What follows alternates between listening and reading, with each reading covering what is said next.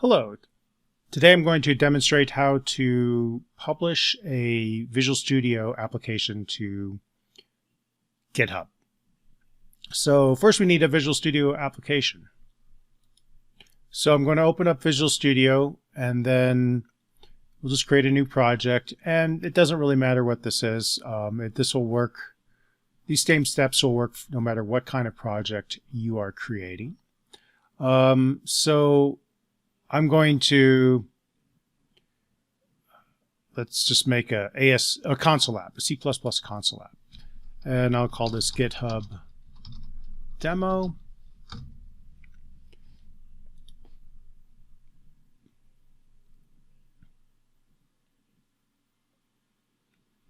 And we have our code. So the next step is to then make a, is to add this to Git. And there's a number of ways of doing this. One is if we right click on the solutions, we can see create Git repository. And I'm going to open up the folder and file explorer just so we can see what's happening. Right now you'll see that you have your project, there's a VS folder, but not much else. So I'm going to create Git repository, and here we get the opportunity to create the GitHub repo directly in GitHub. Now, if you don't have a GitHub account, that's one of the things you'll need to do. And you can do that by visiting github.com. I already have a repo here. Actually, I've got multiple well signed out of this one.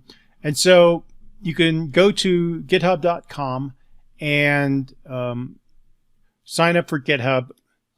And for our purposes of this course, I would ask that if you don't have a GitHub account made with your CNM email address, please make one with your CNM email address. It makes it easier for me to determine what's there. And then it also kind of keeps, it'll keep things separate. So it's not unusual to have multiple GitHub accounts. I have a school one as well as my own personal one. And so once you click, you can click on sign up, and it'll walk you through the process of creating an account. Once you have it, you can sign in, and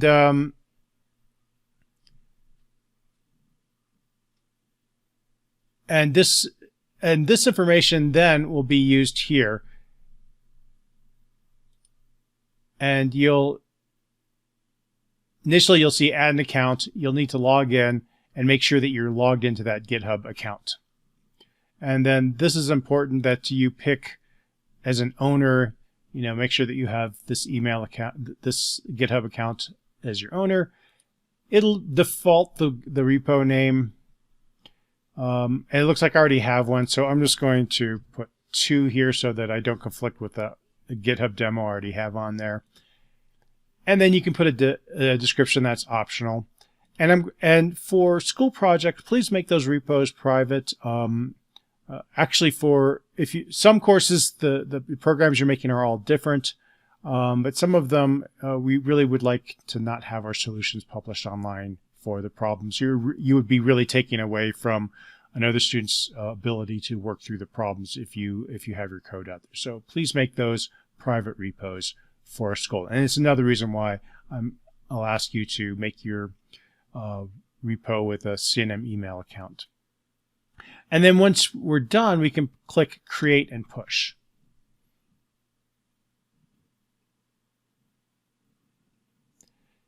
Now let's look at our folder and see what we got. And we can see now we have a Git folder, and we have a Git ignore and a Git attributes file.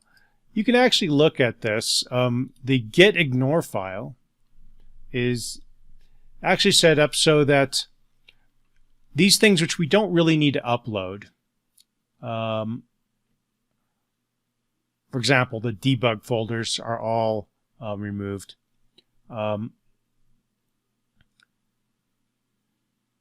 And these are also debug folders. Those aren't uploaded because when you build your project, you typically rebuild those anyway. So that saves one nice thing about GitHub is this saves from having to upload things you don't have to. And then the GitHub in here is actually a number of files that you won't do anything with, but GitHub will actually has a database in here which keeps track of all the changes you make in your program. So not only is this a great way to share code or or provide it to your instructor, but it also allows you to keep track of your versions. So once this is created, then you can also go to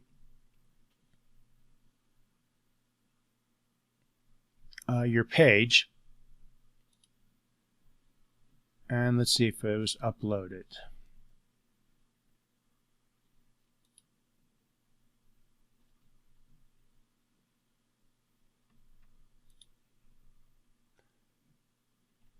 And I don't think it's uploaded yet because normally the new ones show up at the top. So the next step we need to do is to push this to, well, actually it looks like it is uploaded. So down here you'll see the status of your repo now. You can see this is published to GitHub demo. There's an arrow here which gives you the ability to pull, push, and sync. And so if you click on sync, what it will do is it'll take any changes and upload them to GitHub. You can also see all your repos here, which you can click and select on. And then you can see your changes, which will also bring up the Git changes. And you'll see that there's a bunch of these same functions here: push, pull, sync.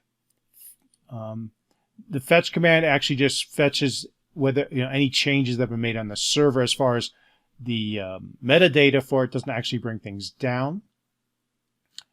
And let's see, what else do we have? We have a GitHub folder here.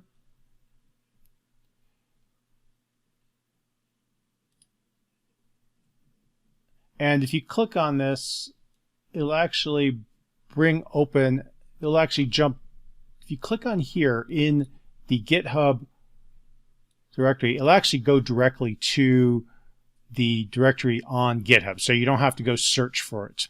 And so here we can see that, if we go look at our Explorer here, we'll see that this actually reflects what's in the Explorer. So you can see here we have this SLN file. Actually, it's probably easier to look at it in a directory.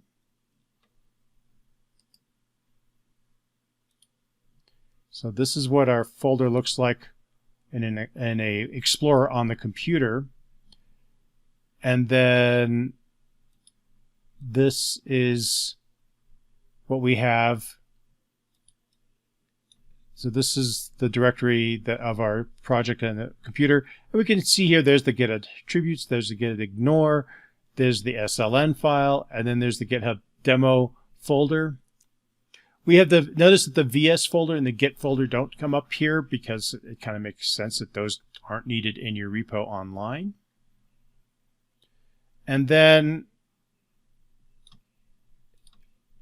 if I look in the GitHub demo folder, I can see that there's GitHub demo CPP, and that's this file right here. And if I click on GitHub demo.cpp, I can actually see this code is actually on the server online. You could actually edit this here. There's an edit function. Normally we do our coding in our IDE, but you could actually edit directly in your GitHub as well, and then it will make versions as you do that. But so let's say I want to change this. I want to say change this to Hello Rob. So now I've made a change. How do I update the server? So the server right now, if I refresh this, you can see is different. So here I have Hello Rob, here I have Hello World.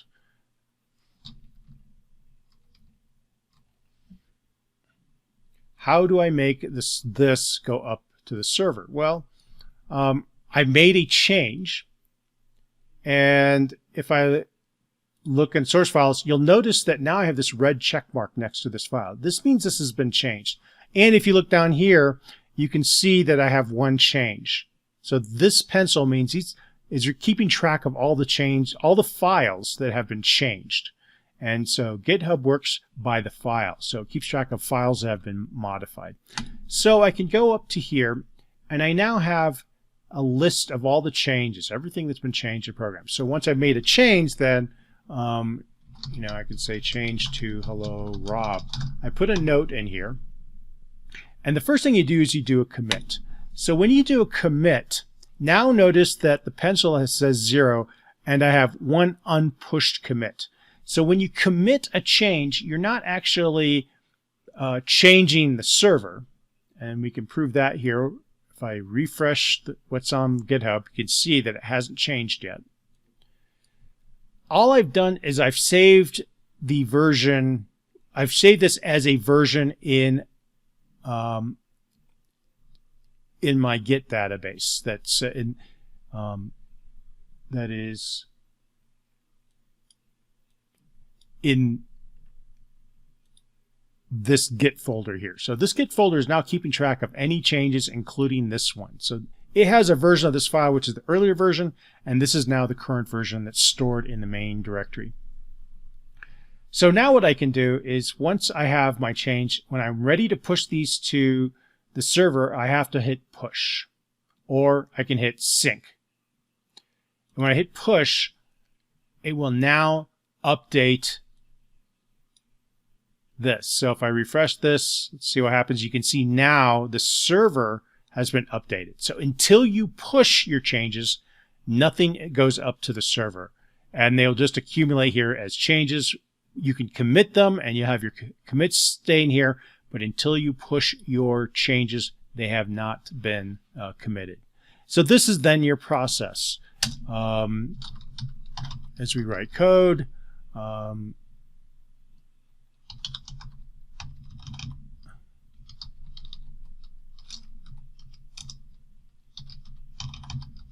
just make some code here.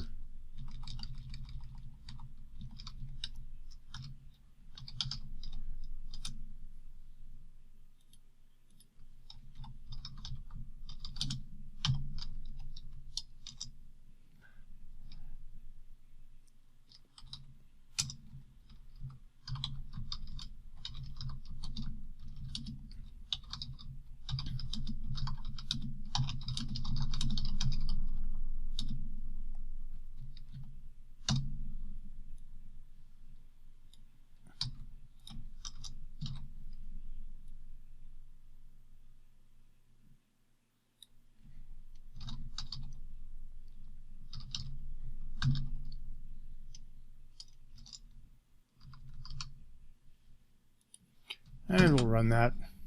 See if I wrote my C++ correctly.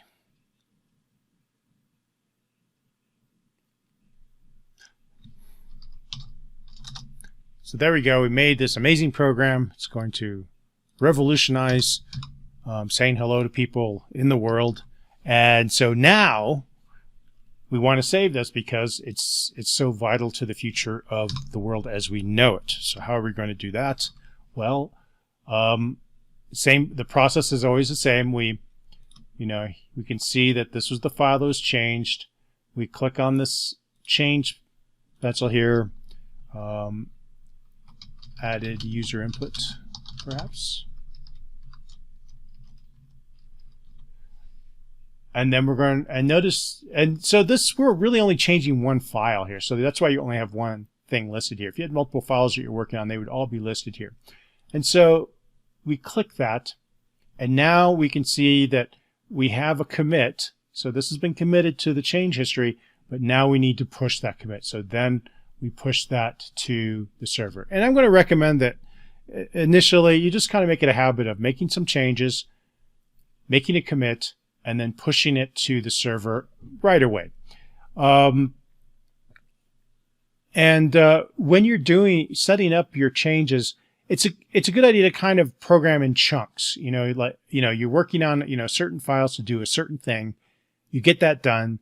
You document that it's been done. You commit it, and then you push it to the server, and you just keep working that way. And that's, the fundamentals of working with this. And so once this is pushed, we can now see, if I go back to GitHub and I refresh this, I can see that now I have this.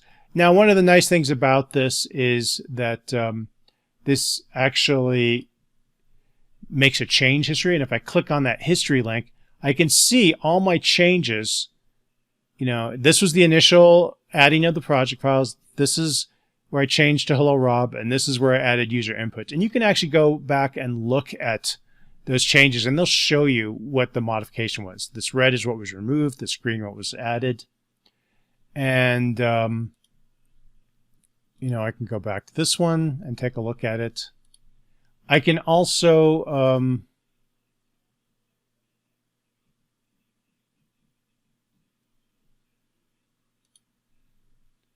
that allows me to look at the changes. And you can do that also in GitHub as well.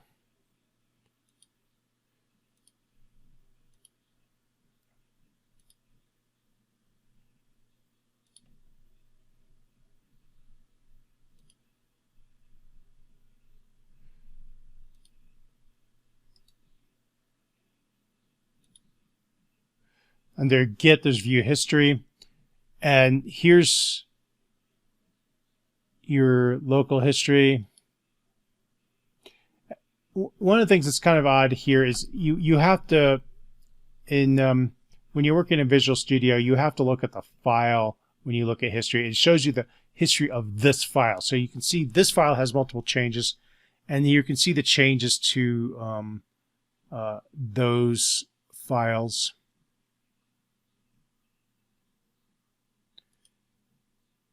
Let's see, if I do this, Git view history, if I have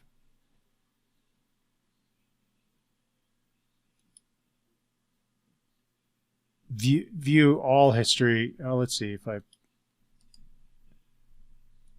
go to Git, if I'm up here, it only has the original one.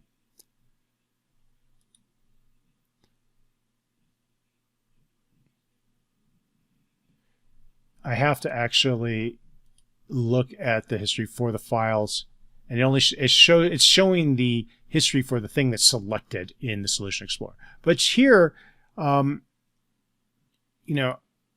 can go look at that, and I can see what the previous version was. And so sometimes this is kind of nice because you went down the garden path, you want to get back to your previous version, and you can actually go back and look at the previous version. And you can actually revert back to a change. Usually, though, what I end up doing is if I need to go back and grab something, I open up the earlier version, I might copy, what I need, and then in the current version, close some of these up. Then I might open this file up and paste in whatever I needed to update it. So one of the advantages of having history is that you can go back and change it. And but the quality of the history is dependent on how well and how regularly you go back and save versions and make good commit messages. Because as you can see here, if you don't have good commit messages, this won't make a lot of sense. You probably don't remember the date, and you're definitely not going to be able to look at the number. So the commit message, it needs to be meaningful. And usually this can line up with, think in terms of what you're doing at that particular time and make that statement. Later on, if you use a Kanban system or some system where you're doing Agile, where you are putting in user stories and tasks, you often will put the verbiage of the task that you're working on into your message so that it's clear what's going on. So anyway, that's the fundamentals of working with GitHub. Well, one other thing too is, let's say, and this is how you would make your projects and get them to me. The other thing that we need to do, actually, for me to be able to see your project is, once you have your project up there, you need to go to Settings. Settings is where you can also change the access level if you forgot to make it private.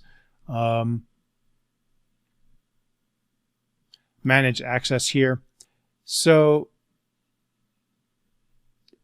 this is already marked as private. If I forgot and made it public, I could go in here and change it to private. This is also if you need to delete a repo. This is where you would do this. So what you're going to need to do, though, for me to be able to see your program, is you're going to have to invite a collaborator. So you'll put my email address in here. You'll invite me. And of course, I'm not going to click on invite here because I think it'll just give me an error message because I already own this. But once you put my name on there and click invite, then I can go into your repo and I can put my comments in and I can see it. Because you're going to be making it private, you have to invite me as a collaborator for me to be able to see and comment on your repo. And then what you will do is copy this link address, and I'm just going to open up a text document, but when you turn it in, this is what I need to be able to find it. So copy that link address to this repo so that I can go to it and I don't have to search for it. And then you'll put that in your submission comments, and that's how you'll get me access to this repo. So you can just copy this link, and that's what I'll need. You can also, if you go to the code, there's also a link here you could copy. That's another way to copy it and get it to me, and so that I can access it. Otherwise, I have to search through a lot of repositories, and I've got a lot of them in GitHub, so it makes it really hard to find. So that's the fundamentals of using GitHub for this, and thank you very much.